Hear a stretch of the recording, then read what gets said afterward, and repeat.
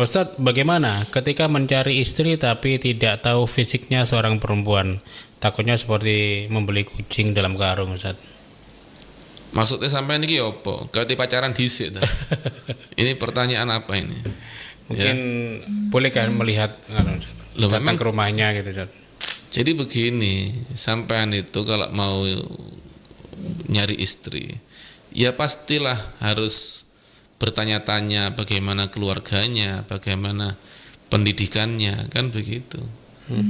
Kudu harus pacaran, haram pacaran. Jelas ya? Iya, Ustadz. Nah, untuk mengetahui orangnya memang disunahkan oleh Rasulullah untuk melihat wajah dan kedua telapak tangan. Dan melihat itu kalau cukup sekali ya sekali, kalau tidak cukup ya 2 kali.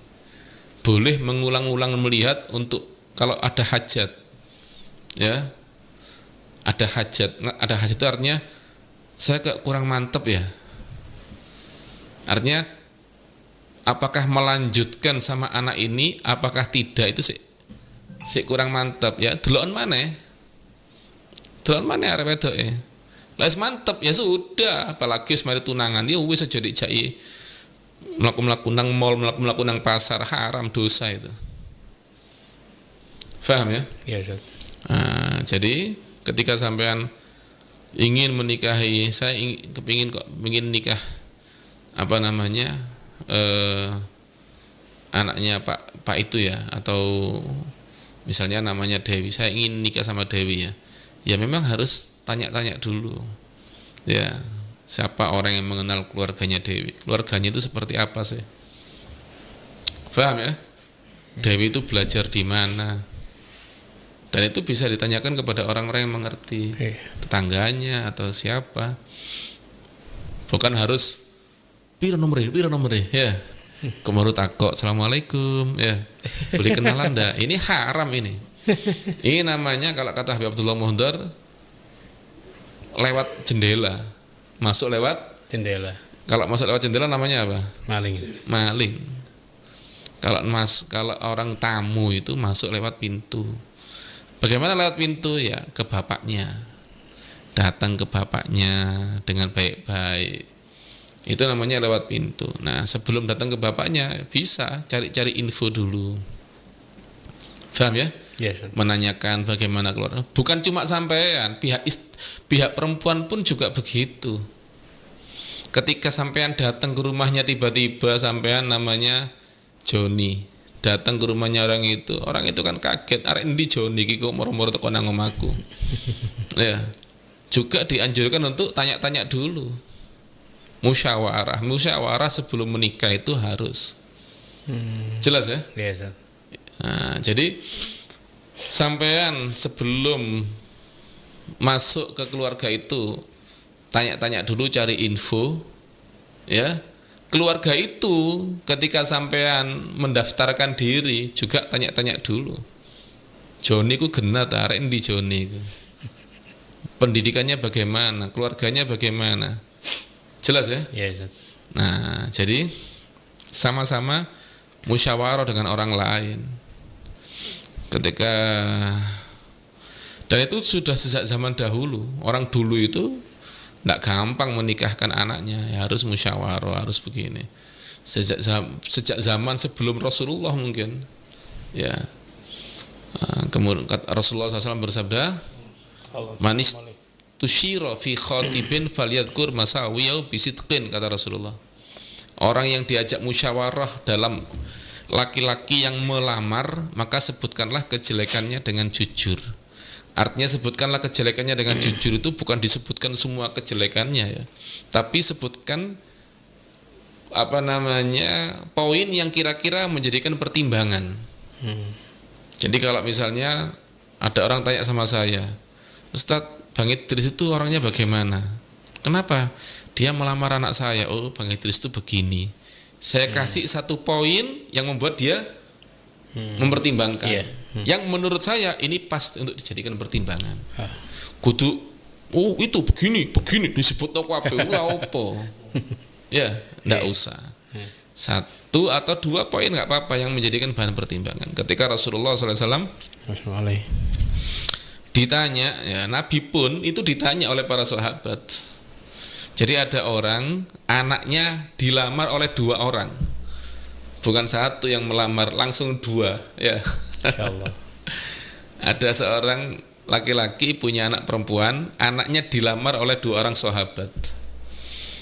Ya, yang lamar 2 orang, orang ini bingung. Datang kepada Rasulullah, ya Rasulullah, anak saya dilamar 2 orang, namanya Fulan dan Fulan. Ya, saya tidak sebutkan namanya. Apa kata Rasulullah SAW?